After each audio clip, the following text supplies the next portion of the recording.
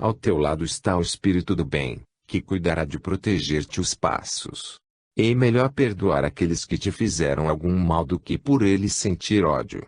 A raiva angustia e sufoca o coração. Senhora, sois boa para mim. Entretanto, pouco me resta nesta vida a não ser o ódio que meu coração guarda, perene e imortal. Sinto-me protegido unicamente por meu rancor. Não consigo ter outra ideia para o meu destino e...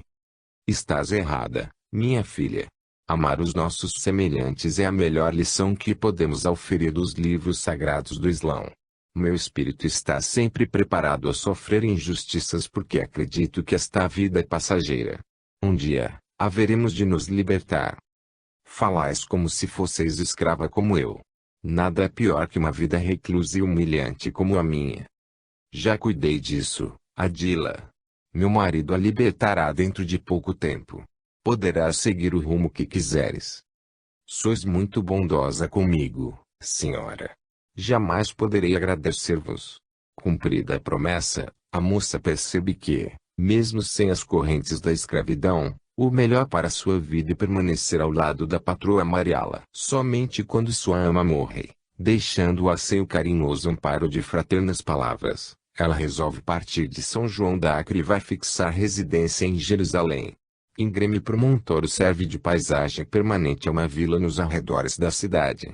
Repleta de culpas a espiar e feridas a cicatrizar, Adila acomoda-se em uma pequena choupana, construindo ali uma vida solitária e amarga e ajudando as famílias da região nas pequenas tarefas do lar. Os tapetes que aprendeu a fazer com Mariala constituem a renda que lhe permite sobreviver. Com 29 anos, marcada pelo ódio, ela rejeita qualquer tipo de relacionamento amoroso. Arrastam-se os anos lenta e vagarosamente como se a vida fosse intemporal. O coração lhe determina uma reação cotidiana contra a languidez dos seus sentimentos, embora sua força de vontade esteja praticamente reduzida a zero. Percebe a cada alvorecer a falta que seu filho lhe faz e arrepende-se de tê-lo entregue, ainda bebê, a estranhos. O único consolo de seu espírito é relembrar os bons momentos com a ama Mariala, que lhe passou boas e otimistas mensagens a respeito da vida. Maturada, passa a preencher seu tempo com pequenos auxílios aos vizinhos, cuidando de seus filhos quando saem para viagens ou a trabalho. Amalgamada com a dor, no entanto, não se torna boa companhia às crianças, apesar de tentar ser agradável e dedicada. Aos 42 anos, enferma e permanentemente solitária, ela parte de Jerusalém para o mundo espiritual, deixando atrás de si uma vida inteira de expiações. Capítulo 34, em transição.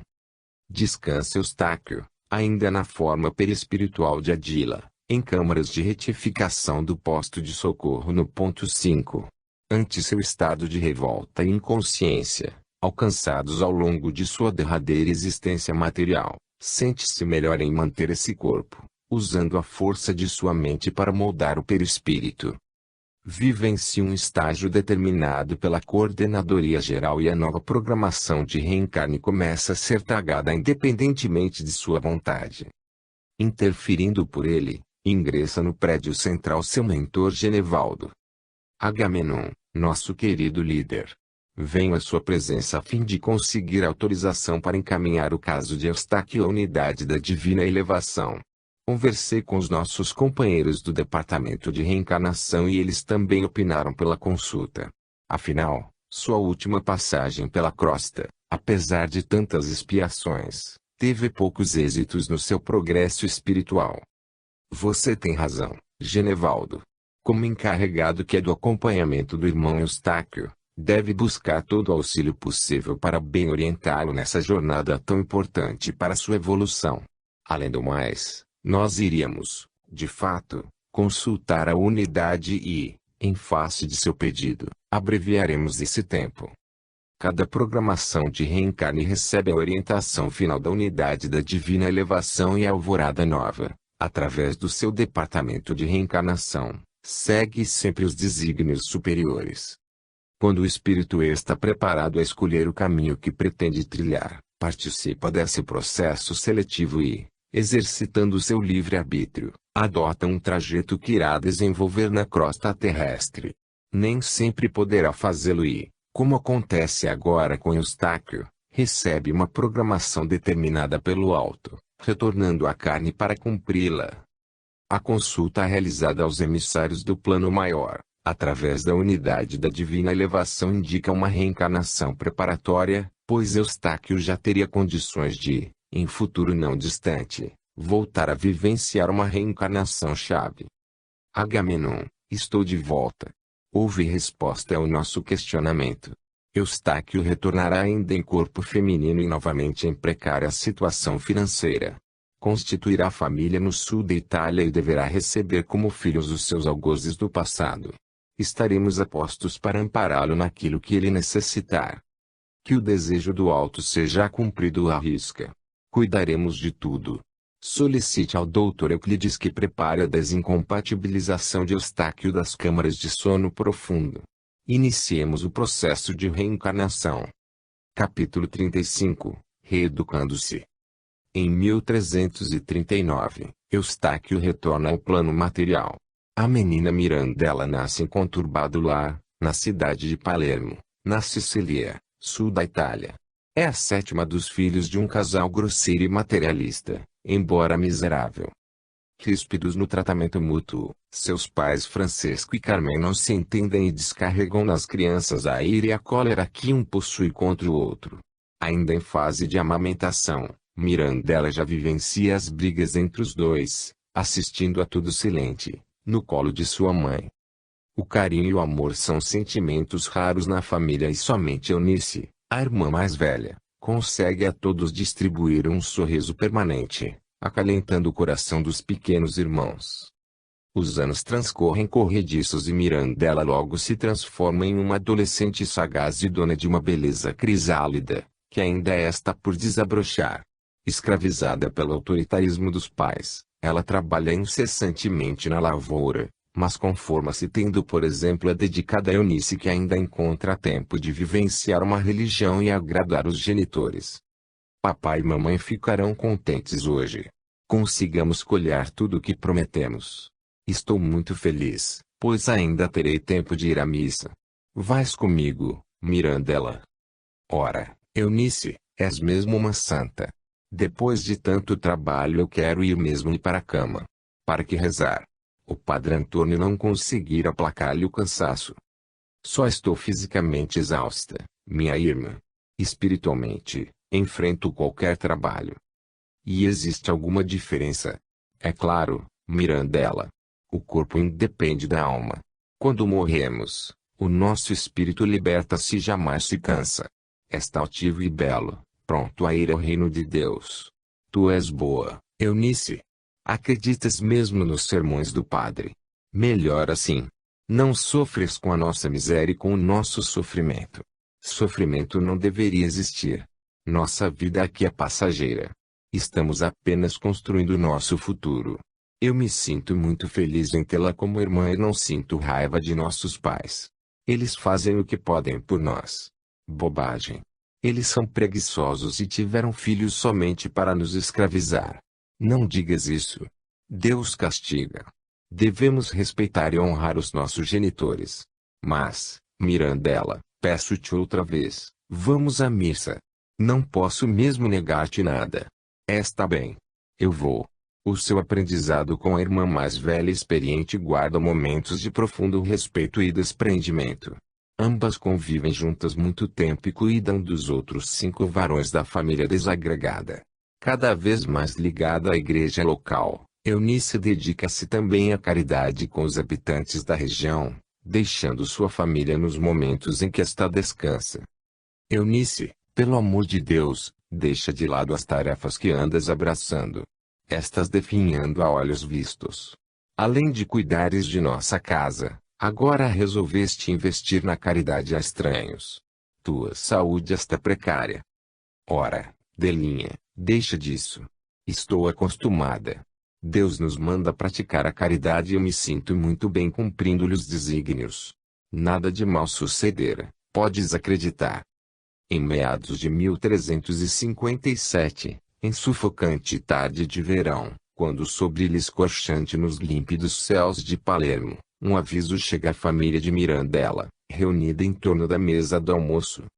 Padre Antônio, que surpresa agradável. Viestes para uma visita. Lamento, Mirandela, mas venho por causa de Eunice.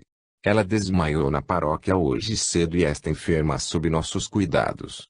Enquanto delira, pede para ver-te. Os pais, bastante doentes, permanecem em casa e os irmãos partem à igreja para verem Eunice. Minha querida irmã, sou eu, Mirandela. Choro. Eu sabia que isso iria acontecer. Há meses estás adoentada e não te cuidas. Ouvindo a suave voz da irmã caçula, Eunice abre os olhos. Que bom ver-vos unidos à minha volta, meus irmãos. Estou um pouco fraca, mas vou melhorar. Gostaria de pedir-vos que cuidem bem de nossos pais, caso me aconteça alguma coisa. Não fales assim. Vais melhorar e logo estarás em casa conosco. Talvez. Entretanto, se não conseguir vencer mais este obstáculo, quero que cuides, pessoalmente, de todos em nossa família. Prometes, Delinha? Sim, é lógico que prometo. Mas descanses agora. Em breve estaremos juntos outra vez. Sob o emocionado pranto da família, entrega a divina providência, Eunice deixa o corpo físico para uma viagem, sem retorno, à pátria espiritual. Os anos são severos com Mirandela e seus pais envelhecem dia a dia com a lentidão inversa à sua ânsia de libertação. Por vezes, ela acredita que suas forças vão terminar e a promessa feita a Eunice, no leito de morte, será esquecida. Num arroubo de pensamentos elevados, resigna-se na razão, cuidando com dedicação de seu ébrio e festivo pai e de sua magriça e enferma mãe, já corroída pela peste, mas ainda afeita às maledicências do cotidiano, mantendo-se sempre apegada à matéria. Aos 31 anos desliga-se da família, pois enterra seus genitores, última das cruzes que julgava carregar, deixando encaminhados os irmãos já casados e com ofícios próprios. Julga acalmar-se em sua intranquila trajetória, quando conhece Malamude, um caixeiro viajante, proveniente do distante Oriente, cativante e galanteador, que conquista o combalido coração da ingênua italiana. Casam-se, a felicidade parece ter chegado à sua vida finalmente. Nasce-lhe o primeiro filho, que recebe o nome de Eugênio. Seguem-se os meses e Mirandela, feliz, continua frequentando a missa do Padre Antônio, como costumava fazer com Eunice. Em pouco tempo, preenchem-lhe o lar os filhos gêmeos Henrico e Giacomo. A sua alegria poderia ser completa não fossem os problemas que começam a provar-lhe a capacidade de resistência.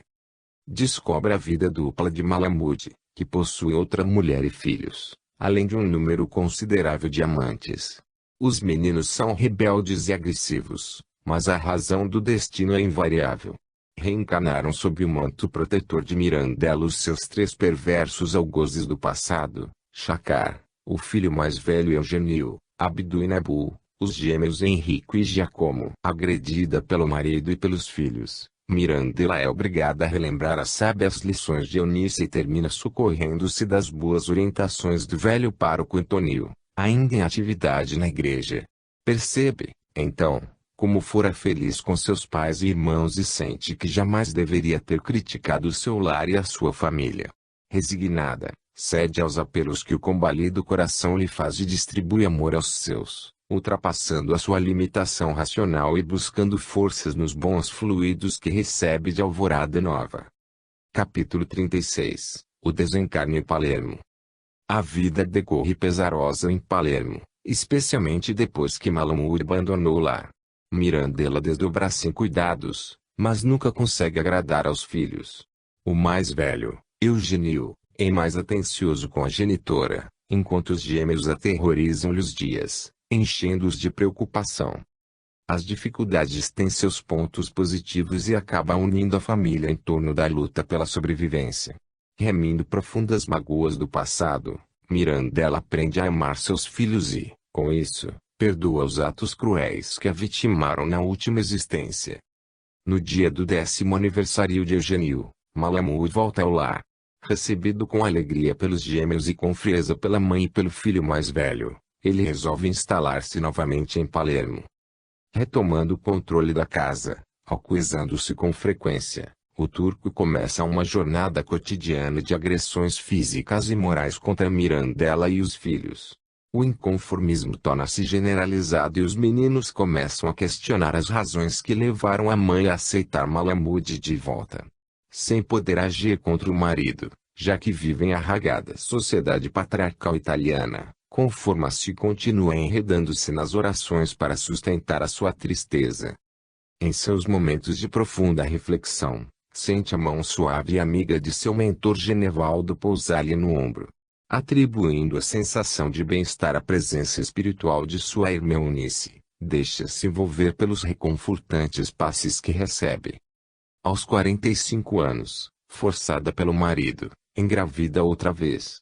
Sente o peso de uma gestação de elevado risco, mormente pelo estado intranquilo e conturbado de sua vida, rogando a Deus proteção para os meses em que carrega em seu ventre um ser divino, como sua irmã Eunice denominava as crianças em formação no útero materno, e acompanhando-a por Righetto, um médico de Alvorada Nova, destacado para atendê-la.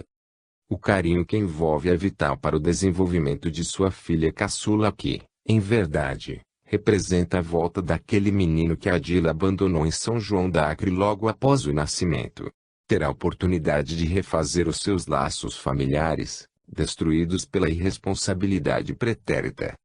Assessorada no momento do parto, recebe à luz Sapira, uma bela e saudável menina. Decorridos 5 anos, a família começa a perceber na adorável garotinha uma inteligência incomum, bem como uma alegria que a todos encanta. Sempre com bons exemplos a transmitir, torna-se querida e admirada pelos irmãos mais velhos. Sapira cresce rapidamente e aprecia ajudar a família no ar do dia a dia, especialmente a mãe, já cansada e doente. E a última da casa a fazer as refeições e somente está feliz quando percebe que não há ninguém insatisfeito dentro do lar. Aos 8 anos, convence a mãe a adotar algumas crianças do povoado, totalmente abandonadas pelos pais e que não apresentam qualquer esperança de sobrevivência se sozinhas permanecerem. Dentre elas, encontrais um inválido, totalmente rejeitado por todos no vilarejo e que desperta um precoce sentimento maternal na menina. O pai novamente abandona a família e jamais retorna, desencarnando na distante ilha de Chipre, para onde foi em busca de aventuras. Mirandela, ao completar 53 anos de idade, cega de uma das vistas e bastante cansada, sentindo vergar sobre seus ombros o peso do sofrimento contínuo ao qual sempre esteve exposta, encontra na filha caçula a única alegria para continuar viva. Os descendentes varões melhoram o seu modo de encarar a vida, em face dos exemplos dados pela irmã menor, mas não a ponto de mudarem o comportamento. Eugênio deixa o lar e casa-se, abandonando a mãe e os irmãos à própria sorte. Giacomo parte para Roma em busca de riqueza e fama, mas não consegue outro fim que não o esquecimento. Enrico despede-se de todos partindo para Cosenza e, por ser o mais rebelde dos filhos, parecia não retornar jamais. Entretanto, galgou-lhe no coração o desabrochar de sentimentos nobres ao longo da infância e adolescência. Termina voltando à família para acompanhar, com os irmãos adotivos e com Sapira, o desencarne da genitora. A mesma peste que lhe retirou os pais abate-se sobre Mirandela. Sempre sob os cuidados de sua filha mais nova, volteada pelo amor sincero das crianças que adotou, ela consegue definhar feliz ao lado de seus familiares. Grande alegria bate-lhe no peito com a volta de Enrico, pronto a auxiliar Sapira no comando da casa. Ora a Deus em agradecimento pela linda família que dele recebeu um dia para criar e educar. Nenhum sofrimento capaz de retirar-lhe, agora, a fé e a resignação. Ao seu lado, como uma sentinela, Genevaldo ora e vibra esperançoso. Senhor, confiante na vossa força e misericórdia infinitas, rogo-vos que ilumineis a querida Mirandela nesses últimos momentos de sua existência material.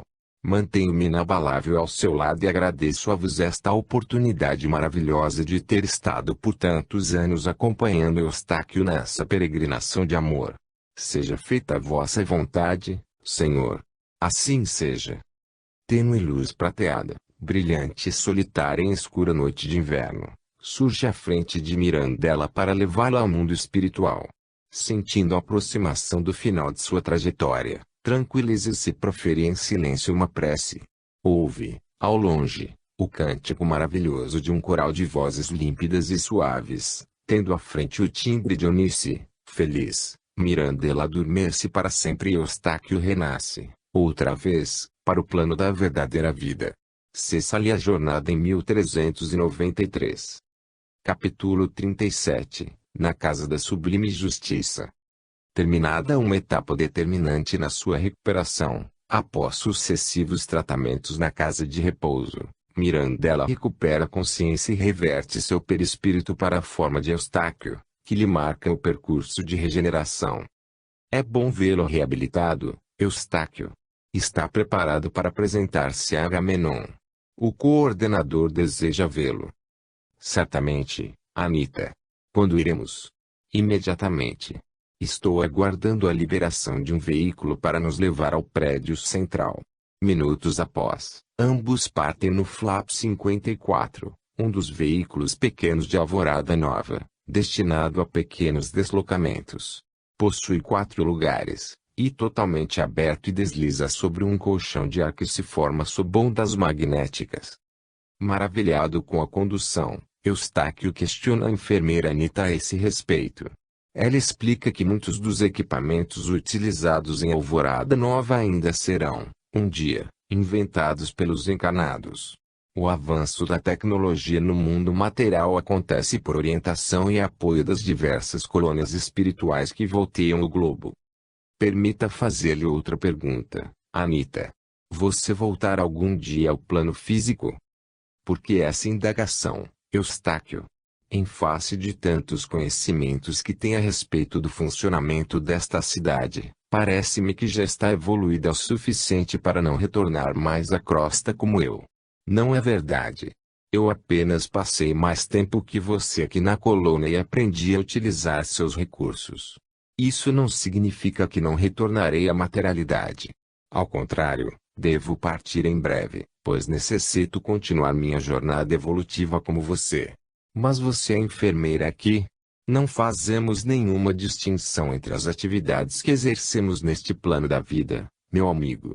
Escolhi essa função porque gosto de tratar com enfermos e sinto-me bem na casa de repouso. Poderia estar em qualquer outra atividade e o resultado seria o mesmo. Ingressam na coordenadoria geral os 2 companheiros. Bem-humorado, Eustáquio e levado à presença do líder da cidade espiritual. Paz em Jesus, Eustáquio. Seja bem-vindo. Acompanhe o seu progresso, meu filho. Sei que já se encontra preparado a voltar à crosta. Desta vez, você sabe que pode ter pela frente uma reencarnação-chave, determinante em sua trajetória evolutiva. Está consciente dos riscos envolvidos? Estou, Agamenon. Pode confiar que farei todo o esforço possível para evitar desgastes sérios em minha caminhada. Acredito que todo o sofrimento obtido na Itália por muitos anos fizeram-me ver um lado positivo na pobreza material. Não desejo, pois, tornar em berço nobiliárquico. E possível tal escolha? Sim. Consultamos a unidade da divina elevação e você poderá participar da escolha de sua futura programação. Antes, porém, deverá passar por uma avaliação na casa da sublime justiça. Eustáquio possui mérito suficiente para submeter-se a essa análise. Somente os espíritos preparados a compreender o trabalho de amor que se realiza nessa casa para aí são encaminhados. Os reticentes e os recalcitrantes, de regra, recebem programações compulsórias a seguir. Autoanálise, em conjunto com os juízes dessa unidade de Alvorada Nova, faz crescer na criatura um sentimento de justiça e de autocrítica bastante positivo. Um imenso salão, envolto em suave luz azulada e contornado por matizes prateados e brancos, serve de cenário para o encontro de Eustáquio com os juízes da Casa da Sublime Justiça. Todos trajando túnicas alvas, cercados pelos eflúvios positivos do plano superior, conversam fraternalmente sobre o destino de mais um irmão em vias de reencarnar. Meus queridos amigos, após tocante vibração de abertura de nossos trabalhos, conduzida pelo coração sensível de nosso irmão Humberto, estamos prontos a ouvir as palavras de nosso expositor, Mateus. Confrades, paz em Jesus. Que Deus ilumine nosso trabalho de hoje.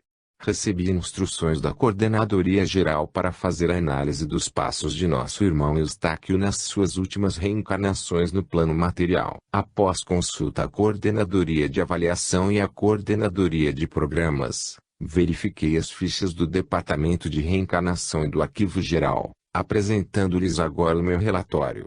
Em que pesem os erros e desvios cometidos por Adila e Mirandela, parece-me que os acertos superaram as expectativas. Mormente a resignada postura de Adila, após a violência sexual que sofreu, sem clamar por vingança ou executar tal intento. Foi verdade que o ódio guarneceu seu coração até o desencarne, porém em face de seu estágio evolutivo outra não poderia ser sua atitude. Note-se que ela recebeu como filhos, na reencarnação seguinte, os 3 causadores de sua mais profunda dor. Soube desempenhar bem o seu papel de mãe, aproximando-se dos mandamentos do Evangelho, atendendo aos conselhos de espíritos mais preparados. Permita-me, irmão Mateus, uma pergunta. Sim, confrade Antonino. Verifico pelo seu relatório que Adila deu o filho tão logo ocorreu seu nascimento. Qual a consequência advinda desse ato? Ante sua programação conturbada, esse desvio não foi dos mais relevantes, mesmo porque ela teve oportunidade de reparar o seu débito, recebendo na reencarnação seguinte, como filho, o mesmo espírito que antes abandonara. Antes rejeitado pela mãe, ele terminou conquistando, no futuro, o seu coração. Além disso, esse seu ato impensado soou-lhe como retrocesso e o arrependimento custou-lhe momentos de profunda tristeza já no final de seus dias como Adila. Houve outras falhas adiante? Sim, Antonino. Nenhuma mãe poderia dispor de seu filho dessa maneira e mesmo com o perdão obtido do espírito que foi abandonado, ela arcou na reencarnação seguinte com a sua própria rejeição pelos seus filhos Eugênio, Henrico e Giacomo. Não houve uma reparação completa e há outras dívidas ainda pendentes. Justamente por isso, acredito que Eustáquio está em condições de selecionar o melhor percurso a seguir. Que tem a dizer o nosso debatedor, irmão Paulo? Meus confrades, saliento que Eustáquio, após minuciosa verificação de seu mérito, desligou-se de seus antigos aliados, ainda persistentes na senda do mal. Apesar de não ligado definitivamente no caminho de luz, livrou-se de muitos assédios de entidades inferiores quando esteve em Palermo no invólucro carnal de Mirandela. Ademais, outro aspecto relevante foi a sua distribuição de amor a crianças carentes, que acabou adotando. Os sentimentos positivos predominaram sobre os negativos na exteriorização de suas vontades, embora no âmago ainda tenham permanecido os menos dignos, embasando-lhe a crença e a mentalização. Sou favorável à ampla liberdade de escolha, nos moldes propostos pelo confrade Mateus. Enquanto o expositor salienta os aspectos positivos e negativos da trajetória, com algumas nuances pessoais, em confronto com a programação espiritual idealizada pelo plano superior, o debatedor avalia unicamente as vibrações e os sentimentos que acompanharam o espírito nas reencarnações em análise, traçando um quadro relativo à sua depuração e ao seu mérito pessoal sobretudo. Ambos emitem suas opiniões a respeito do caso em estudo. Essas avaliações podem ou não coincidir, ou seja, expositor e debatedor podem ter a mesma análise sobre o fato ou não. Transmitem suas impressões, que adquiriram com o estudo do caso, aguardando o pronunciamento dos julgadores. Irmão Mateus, concorda com a avaliação do debatedor Paulo? Sim, confrade Caspar. Acompanhe integralmente sua análise. Pois bem, meus amados companheiros, todos possuem cópias dos trabalhos do expositor e do debatedor. Ouviremos agora Eustáquio, antes de decidirmos, sob inspiração superior, a programação a ser traçada. Aqui estamos para ouvi-lo, meu querido irmão, queridos confrades da Casa da Sublime Justiça. Agradeço esta oportunidade de estar presente para expor o meu desejo a respeito da jornada que devo seguir. Tenho muita dificuldade ainda para expressar-me dentro das leis divinas. Minha fé na força do Senhor ainda é trêmula e vacilante. Apesar de muitos anos vividos, com alguns avanços e inúmeras estagnações, Observe que tenho muitos malhas a reparar na crosta terrestre. Meu senso de direção e meu discernimento abalam-se demais sempre que visto o envoltório carnal. Entretanto, ante minha programação para retornar em breve tempo, gostaria de solicitar-lhes um outro estágio na mais completa pobreza material, pois tenho verdadeiro pavor de enfrentar a opulência e a abundância de riquezas materiais. Estou confuso no tocante ao meu destino. Tenho amigos queridos neste plano, mas os tenho também no plano inferior. Não sei se é errado, mas acabo nutrindo sentimentos fortes por companheiros que deixei nas trevas. Por outro lado, amigos, por não ter ainda uma fé sólida em meu coração, acabo cedendo aos fáceis apelos da vingança e do ódio quando provocado durante o estágio no plano físico. Meu desejo, então, é caminhar enfrentando a prova da pobreza que, certamente, cesseando os meus passos nessa direção e eu poderei progredir, quem sabe, como almejado. Admiramos sua sinceridade, Eustáquio. A luz azul se fez mais forte no ambiente demonstrando a sua franqueza e a sua confiança em nosso amor e amizade. Faremos o possível para traçar o melhor programa possível para sua próxima reencarnação. Grato, irmão Caspar, por suas palavras comoventes e amistosas. Estarei aguardando confiante. Enquanto espera a decisão no tocante ao seu futuro rumo à materialidade, Eustáquio vivencia aprazíveis dias na colônia. No Recanto da Paz, incentivado por Anita e Rosana, ingressa no estudo e na meditação a respeito de relevantes temas do Evangelho, participando ativamente dos grupos da casa.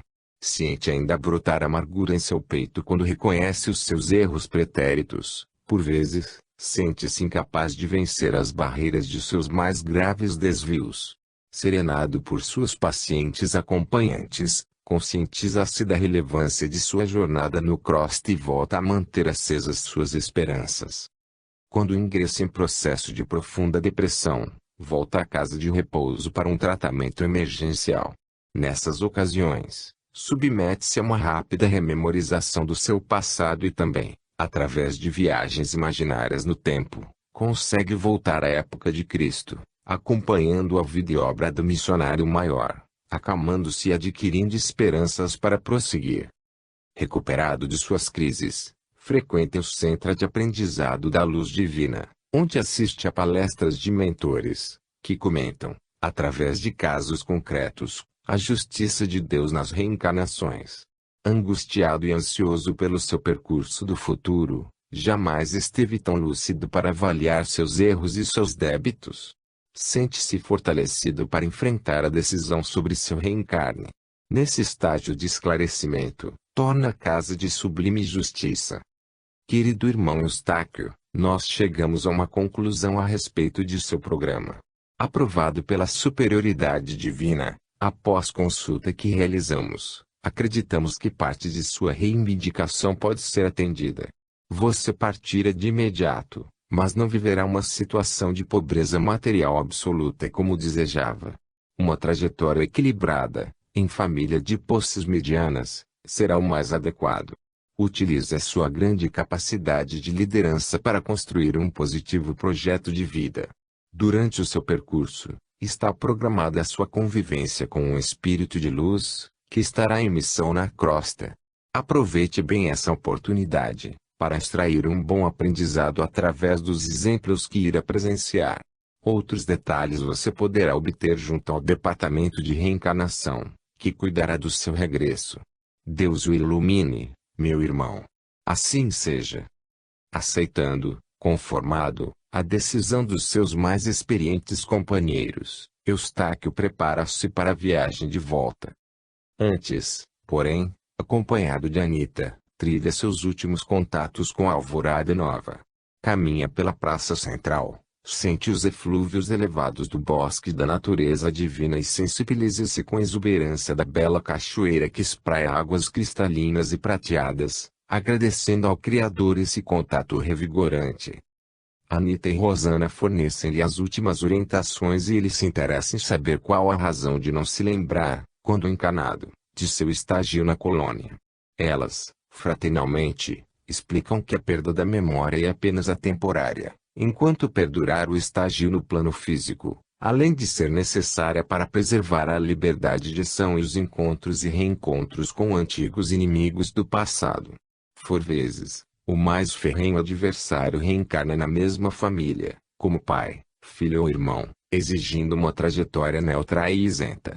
Dessa forma, os espíritos, ao retornarem à crosta, perdem a consciência dos seus atos pretéritos e de sua verdadeira identidade.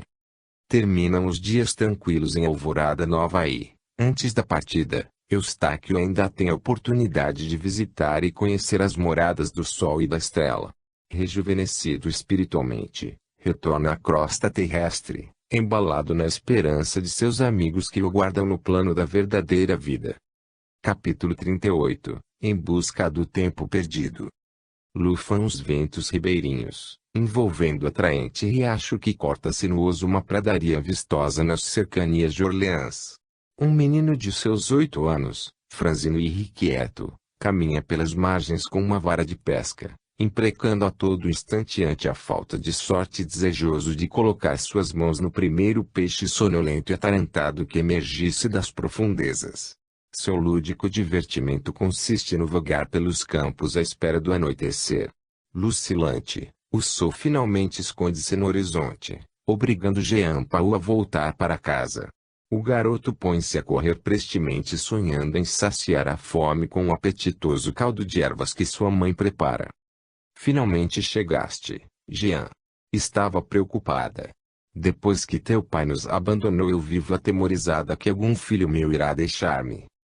Jamais isso acontecerá, mamãe. Não vamos repetir o erro de papai. Deus te ouça, meu pequeno. Chama teus irmãos, pois eu estou servindo o jantar. A pacata dele começou a cuidar sozinha do lar, tão logo seu esposo o capitão Millier, a pretexto de viajar em missão militar, deixou a família e passou a viver em Paris. Boêmio e largado, jamais retornou para saber notícias de casa. A vida tornou-se áspera para os 3 filhos do casal, que deixaram de contar com a proteção e o apoio material paternos, obrigando-os a reduzir os gastos e controlar as despesas. O mais velho, Jean Paul, nunca aceitou o fato de estar preso em Orleans e gostaria de morar com o pai em Paris, não o fazendo para não ferir a bondosa genitora. Arnaud e Claude, os mais jovens, acompanham as opiniões de Jean e também desejam, um dia, ausentar-se definitivamente da cidade, o que provoca pavor em a dele, prevendo para si uma vida isolada e solitária. Após o jantar, quando a mãe vai deitar, os 3 conversam animadamente sobre o futuro. Façamos um pacto, meus irmãos, incita o mais velho. Que tipo de pacto? Muito simples, Arnaud. Quando tivermos condições, iremos para Paris a fim de encontrar papai. Lá ficaremos muito ricos e voltaremos para buscar nossa mãe. Que tal? E como ficaremos ricos? Indaga o pequeno Claude. Ora, basta que encontremos algum comércio ou, quem sabe, papai poderá ajudar-nos a ingressar no exército. E quem te disse que o exército dá dinheiro, Jean? Ninguém me disse, eu apenas sei. Se isso fosse verdade, nosso pai não nos deixaria na miséria e partiria para outra cidade, contra-argumento caçula. Enquanto discutem, Arnaud está pensando. Para ganhar dinheiro, basta darmos um golpe. O que é golpe? Ora, Claude, todos nós sabemos o que é. Trata-se de uma forma rápida de ganhar dinheiro sem muito esforço. Papai sempre disse que se não fosse militar, daria um golpe, ficaria rico e nos levaria com ele para Paris. Eu não gostaria de enriquecer roubando, interfere Jean. E quem falou em roubar? Eu disse golpe. Escutaste bem? Mas, Arnaud, ficar rico sem esforço implica em roubar de alguém e isso não é certo. Bobagem.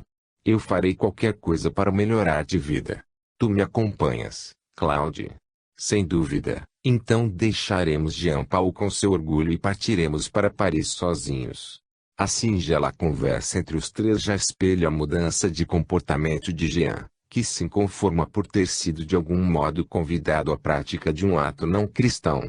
O pacto de Arnaud e Claude mais tarde concretiza-se e ambos abandonam, logo na adolescência, a casa materna, partindo para Paris em busca do pai.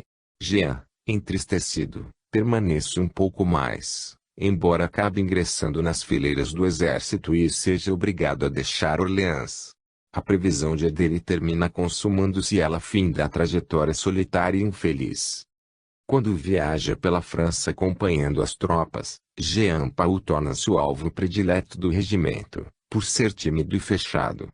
Os soldados passam o tempo a atormentá-lo e costumam fazer apostas para ver quem conseguir extrair do jovem alguma reação, seja positiva ou negativa. Ele parece sempre estar inerte e não ter emoções. Transcorrem céleres os meses, atropelando os anos e Jean percebe que a sua desagregação familiar é a maior fonte de desgosto em sua vida. Mal conheceu o pai, deixou a mãe sozinho e jamais tornou a ver os irmãos. O seu âmago, porém, anuncia-lhe a chegada de uma personagem em sua existência, que poderá alterar os rumos de seu caminho. Resta-lhe confiar em Deus. Capítulo 39 O encontro com Joana d'Arc. Um orgulhoso destacamento do exército francês marcha em direção a Orleans para libertar a cidade do jugo inglês, comandado pela jovem e bela guerreira, Joana d'Arc. A tropa foi enviada pelo rei Carlos VII numa tentativa de reverter o quadro da Guerra dos 100 Anos em favor de França. Quando se aproximam da urbe sitiada, são recebidos por uma enorme saraivada de flamejantes flechas disparadas pelo inimigo, que faz tombar vários homens. Destemida, Joana dá ordens para um recuo estratégico a fim de traçar o seu plano de invasão. Refeitos, os franceses investem novamente contra o cerco inglês e inicia-se o ferrenho combate. Mortalmente feridos, muitos soldados caem e jamais retornam ao palco das lutas. Após exaustivos 3 dias de confronto, Joana lidera o ataque final. Novos embates travam-se e horas depois a vitória francesa estampa-se na fisionomia de cada um dos lutadores. Explode a alegria em Orleans e a comandante da missão é enaltecida pelos brados agradecidos dos habitantes. Vive Jeanne! Vive la France! Aprisionado durante o combate, o general britânico Talbot é apresentado a Joana d'Arc. Não admitirei jamais ter sido vencido por um exército comandado por uma mulher. Vossa prepotência, general, não vos poupou da derrota e quero dizer-vos que ainda sereis julgado pelos vossos atos de guerra. Estamos conscientes do nosso papel de libertação de nosso povo do jugo estrangeiro.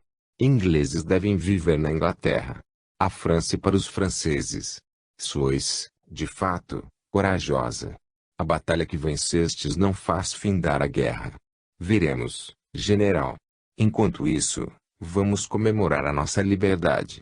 Os soldados desejam eliminar o general aprisionado e são vigorosamente obstados por Joana, que preserva a dignidade do confronto, respeitando a integridade física dos vencidos.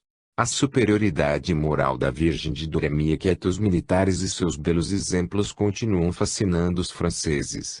Jean Paul, encarregado de cuidar da segurança da comandante, inicia sua convivência com essa missionária que somente lhe transmite uma autêntica lição de vida. Assistido de perto por sua mentora Nívia, a trajetória de Jean torna-se promissora, especialmente porque ele sente crescer a admiração por Joana d'Arc. O exército deixa Orleans e segue para Troyes. Acampado às margens de um largo rio, próximo a um desfiladeiro, Jean começa a notar uma inquietação crescente entre os soldados, famintos e com muito frio. Aproxima-se de Joana, pressentindo que algum mal possa lhe acontecer. Disputa, a essa altura, com o oficial Gualberto, a primazia dos cuidados com a líder.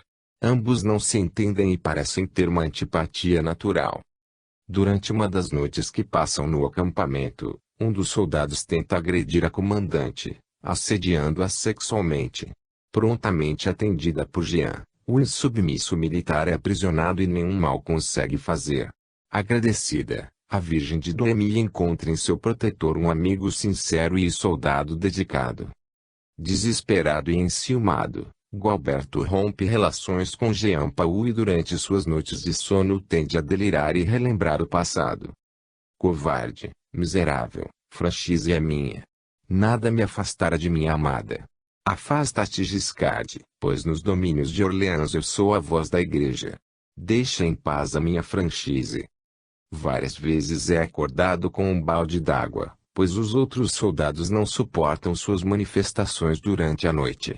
Em verdade, seus delírios têm razão de ser, pois reencarnado ao lado de Eustáquio, no mesmo batalhão, encontra-se Marcel, o bispo de Orleans. Buscando pacificar os dois adversários, inconscientemente, porém inspirada, Joana empreende todos os esforços para que ambos sejam amigos e caminhem juntos ao seu lado, fiéis e devotados. A partir da interferência pessoal da líder das tropas, Gualberto e Jean Paul forçam uma convivência harmônica. Cessa a hostilidade gratuita existente entre os dois. Enquanto a França tudo exige dos seus soldados, inimigos do passado unem-se no presente para o início de uma reconciliação regeneradora. Capítulo 40 O julgamento de Rouen. Capitaneando seu exército, Joana d'Arc desperta o sentimento patriótico dos franceses e por onde passa atrai a atenção de todos, provocando arraigado ira nos inimigos ingleses. Ao seu lado, inabalável, renovando o seu espírito, encontra-se Jean Paul. Ao longo de seu percurso, a fervorosa Pucella comete deslizes e termina aprisionada pelos britânicos. Conduzida a um julgamento parcial, na cidade de Rouen, deixa perplexos os seus seguidores e incondicionais admiradores. Nessa ocasião, nenhum compatriota consegue defender em público aquela que liderou grande parte da unificação do Reino de França. Incrédulo, Jean acompanha o farsesco cenário montado para decidir o destino de Joana, onde os protagonistas sequer atingem um arremedo de justiça.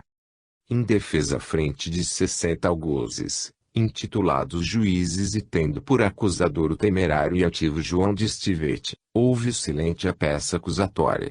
Acompanhando à distância o julgamento, irmanados no mesmo sofrimento, Gualberto e Jean permanecem servis à grande líder. O temível tribunal da Inquisição composto pelos doutores em teologia é pago pelos ingleses para condenar uma valorosa defensora da unidade da França, dos ideais de um povo e da lealdade a Deus.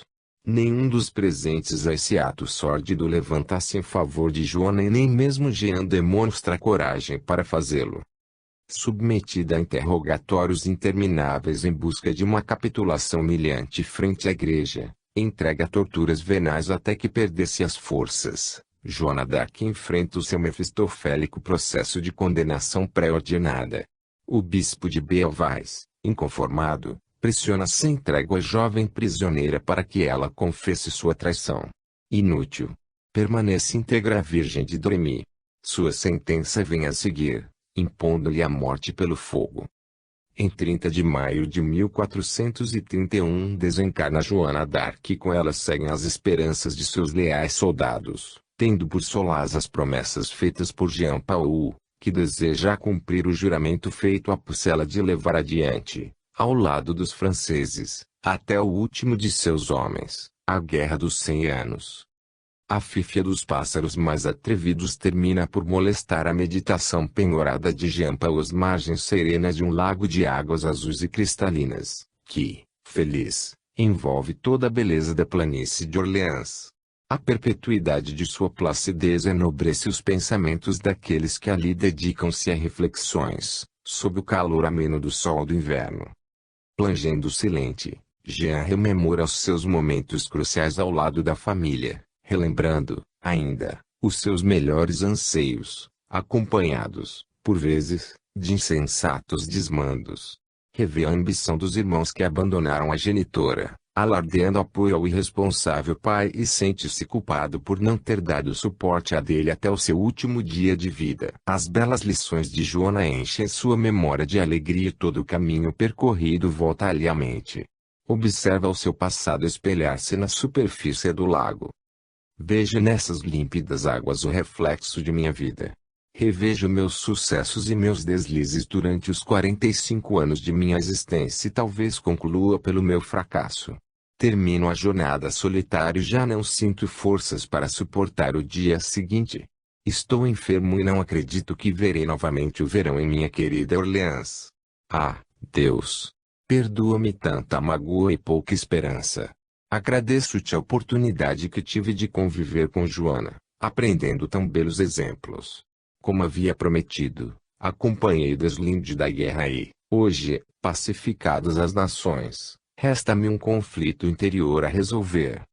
Jean Paul atingiu o ápice de sua jornada e pressente que o fim está próximo.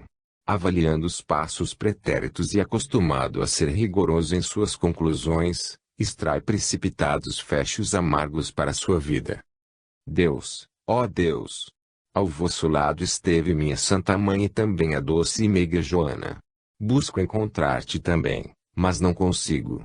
Não posso prescindir do vosso apoio e da vossa misericórdia. Ouça-me, Senhor. Adormece na relva macia e deixa-se envolver pelo cair da tarde. A noite chega trazendo consigo uma enfurecida tempestade de neve, representando o símbolo da chegada do inverno europeu que escolhe momento especial para fazer-se notar em França. Os flocos brancos e amistosos, mas frios por natureza, ensarilham Jean Paul que, no berço da pradaria de Orleans, jamais torna a acordar. Os cristais de gelo enamoram-se daquelas águas belas e azuis do garboso lago e congelam sua superfície. Terminam os colóquios e as meditações de Jean com suas águas, mas tal como o inverno representa uma nova veste para Orleans, trazendo-lhe a neve e o frio, após alguns meses voltar a brilhar no céu o sol do verão que transformar a paisagem e aquecer a vegetação. Do mesmo modo acontece com o mecanismo da reencarnação. O espírito passa por várias etapas e conhece inúmeras sensações, depurando-se rumo à perfeição. Eustáquio renasce esperançoso e, despedindo-se das vestes de Jean Paul, acompanhado por Genevaldo e Nívia, parte rumo aos portais dourados de Alvorada Nova.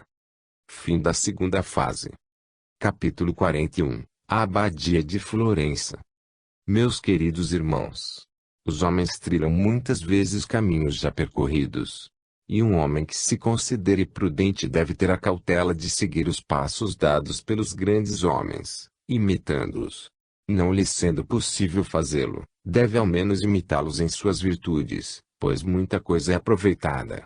Se querem atingir um ponto distante, que o façam como os seteiros, conhecedores da capacidade do ar e aí que fazem a pontaria em local superior ao que realmente visam. Mediante tal artifício conseguem alcançar o alvo com precisão. Confrades, percebam a desvitrificação de nossos rumos e estudos através das criativas e perfectíveis ideias de Nicolau Machiavelli. Aplausos entusiasmados. Um momento, permitam-me continuar. Muitos seres medíocres e desprezíveis perpetuam-se no poder, não por qualidades invulgares e próprias, mas porque seguiram o ideário de grandes líderes do passado mesmo da atualidade. Há príncipes, entretanto, que o são por seus próprios valores, sem que tivessem fortuna. Permito-me citar Moisés, Giro, Teseu e Rômulo.